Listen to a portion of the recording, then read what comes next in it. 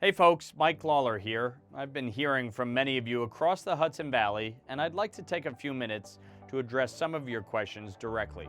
So let's dive in. Starting us off strong, Katie from Dutchess County asks, what are you doing to encourage clean energy? Here in the Hudson Valley, we understand the importance of protecting our environment while keeping energy affordable and reliable. I've supported legislation to reduce regulatory burdens on American-made hydropower, increase investment in next-generation nuclear energy, and promote innovation in cleaner, more efficient technologies.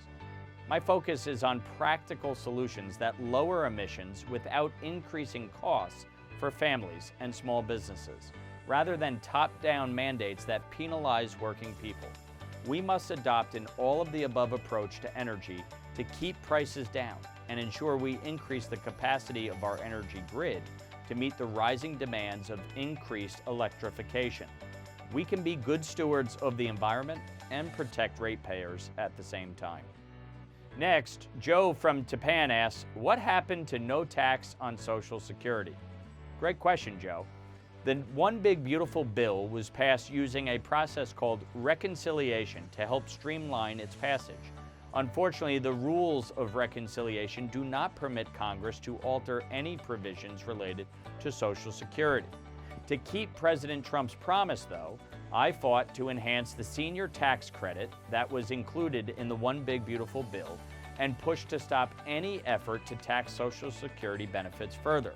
This new $6,000 senior deduction, along with the increased standard deduction, will mean nearly 90% of seniors across the country will now be paying $0 in income taxes. However, I agree that there's more work to be done, and I'll continue working to ensure that Washington's priorities are aligned so that our seniors can retire with dignity. Ken from Pomona asks, what are you doing to help veterans like me? Well, first, Ken, thank you for your service. I've spoken with countless veterans across our district, and the message is loud and clear. The VA must do better. I've supported legislation to improve access to mental health care, reduce wait times, and hold the VA accountable, and reclassify veteran suicides as service-related deaths to help ensure families get the benefits they desperately need in a timely manner. But that's not enough. We need to do more to prevent veteran suicide. And that's why I have fought tirelessly to make sure that the Joseph P. Dwyer peer-to-peer program available here in New York is available nationwide. I've also backed bipartisan efforts to expand eligibility for toxic exposure benefits, especially for those who served in Vietnam, Iraq, and Afghanistan. Our veterans stood up for us, and now it's our job to stand up for them. That commitment doesn't end when the uniform comes off.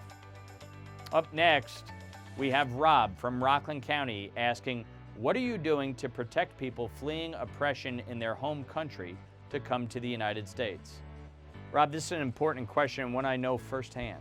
My wife Doina came here from Moldova and became a U.S. citizen in 2020. The immigration process is something that I believe is fundamentally broken. My great-grandparents emigrated here from Italy and Ireland. And the lower Hudson Valley has been home to immigrant families seeking a better life for their children and grandchildren for generations. I really do believe America should be a beacon of freedom and opportunity for those coming here with good intention. In the same breath, we need an immigration system that works, one that secures our border and prevents illegal immigration, but one that also honors our values. I've pushed to protect programs like temporary protected status for people fleeing real danger in their own countries. And I've supported efforts to streamline the legal process for refugees and asylum seekers who want to contribute to this country. We can be secure and compassionate. It's not either or. And I know that's what most folks in the Hudson Valley believe too. It's why I was proud to be an original co-sponsor of the Dignity Act. We need bipartisan immigration reform to once and for all fix this broken immigration system. Tricia from Mount Pleasant asks, why did you vote for the SAVE Act? Well, integrity in our elections is a foundational principle for any functioning democracy. The SAVE Act simply ensures that only U.S. citizens can vote in federal elections. a provision already codified in our law, but not consistently enforced. The bill requires proof of citizenship when registering to vote, a measure that a majority of Americans support. It doesn't prevent any eligible citizen from voting, and it doesn't change the rules for state or local elections. I voted for it because I believe we must all have confidence in the fairness and security of our elections, regardless of who you vote for. And the fact is, when cities like New York and Washington, D.C. try to pass legislation allowing for illegal immigrants to vote in our elections, that is wrong, and I will stop it. Finally, Kenzie from New City asks, what have you done to fix the cap on salt?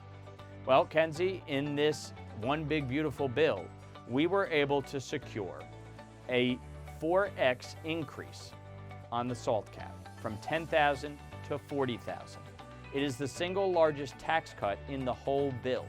And in my district, 90% of residents will be able to fully deduct their state and local taxes. It is a big win for New York. It's a big win for taxpayers in the Hudson Valley. I was proud to lead that effort.